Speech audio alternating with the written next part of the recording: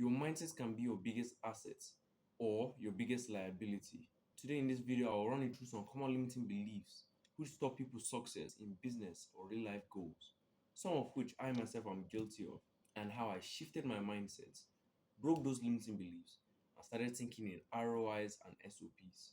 The first limiting belief being going after a goal has a specific age. I started sending outreach messages at 14, not 18, not when I finished school, not when I felt ready, and not when I was old enough to be taken seriously.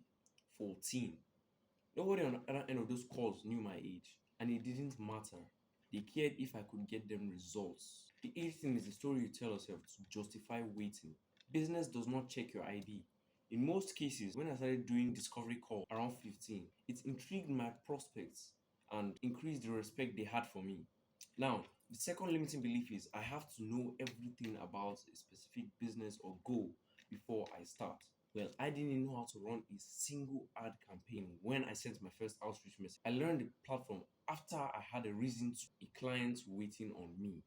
Knowing everything first is just fear wearing a productive costume. You learn 10x faster with a client on the line than you will watching another tutorial. And the truth is, you may suck at it, but the experience is worth more than any video, resource, or reel you go through.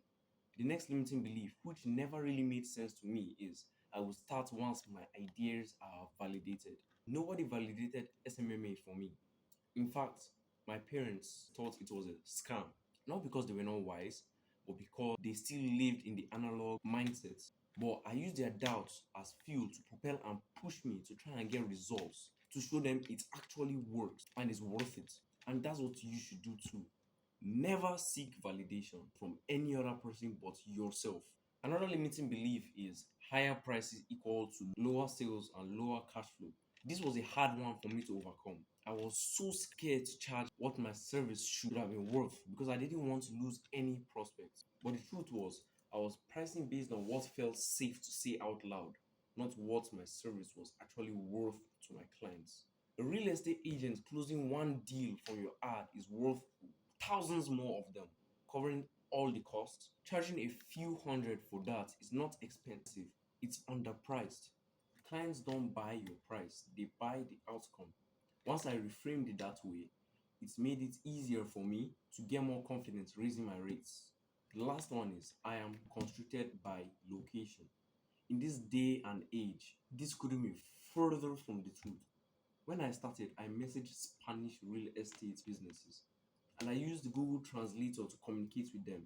I never stepped my foot in Spain, neither did I know how to speak their language, but I was still able to communicate, even though story for another day never got to close any of them. I was not constricted by time and location due to advancements in technologies. I can't nail this hard enough. Clients don't actually care because they never see your location. They see results. And if the results are coming through a screen, kumbaya. The best part is there is literally no business that can't be made online to serve the global market. Now, here are the mindset shifts underneath all five of those beliefs. Stop asking how much time and effort will it take me? Rather, what is the return on this? Time for money thinking is why people undercharge, overwork, and stay stuck doing everything themselves. ROI thinking changes the questions you ask. Instead of can I afford to raise my prices, ask what is this worth to my clients? Shifting to the value they are getting.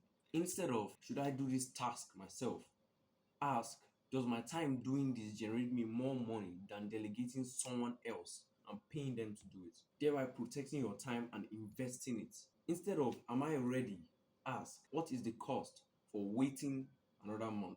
These are the shifts that took me from doing everything myself to running this like a business instead of job I gave myself. Now, ROI thinking is what gets you the mindset.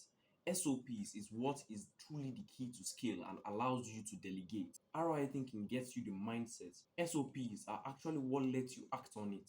Because you simply can't delegate what isn't documented. An SOP is simply a repeatable documented process for something you do more than once. In my agency, I've got one for onboarding a new client, one for launching an ad campaign, one for the outreach sequencing I use to book calls, and one for reporting results back to clients every month. The moment something becomes an SOP rather than something I know how to do, you can hand it to a contractor, which is exactly how the arbitrage model works. No SOPs, no delegation, and no scale.